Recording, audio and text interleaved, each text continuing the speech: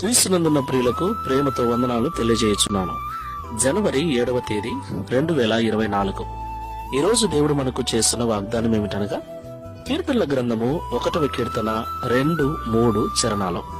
యెహోవా ధర్మశాస్త్రమునందు ఆనందించుచు దివారాత్రములు దానిని ధ్యానించువాడు ధన్యుడు. అతడు నీటి కాలువల యోరను నాటబడినదై ఆకువాడక తన కాలమందు ఫలమిచ్చు చెట్టు వలె ఉండును. అతడు చేయునదంతయు సఫలమగును. ఆమేన్. నా ప్రియమైన సహోదరి సహోదరులారా, మనమందరము కూడా ఈ లోకంలో జీవనోపాధి నిమిత్తము అనేక పనులు చేస్తూ ఉంటాం. ఏ పని చేసినా అది సఫలము కావాలని, సంపూర్ణమైన లాభము పొందుకోవాలని ఆశిస్తూ ఉంటాం. అది తప్పేమీ కాదు. అయితే దేవుడు నిజంగా అలాంటి ఆశీర్వాదమును మన జీవితంలో జరిగించాలి అంటే మనము దేవుడు మనకిచ్చేటువంటి పరిశుద్ధ గ్రంథమును నిత్యము ధ్యానిస్తూ ఉండాలి. విన్న వాక్యమును, చదివిన వాక్యమును ఎప్పుడు కూడా నెమరవేసుకొనొచ్చు మన జీవితానికి అన్వయించుకుంటూ ఉండాలి.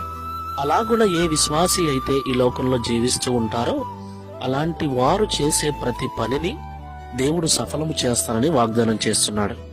ప్రార్థన చేసుకుందాం.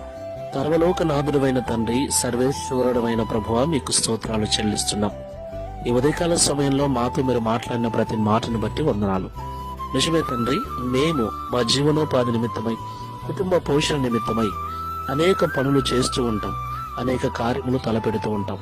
మేము చేస్తున్న ప్రతి పని, తలపెట్టిన ప్రతి కార్యము 100% సఫలము కావాలని కోరుకుంటూ ఉంటాం. ఎంతో ప్రయాసపడుతూ ఉంటాము కూడా.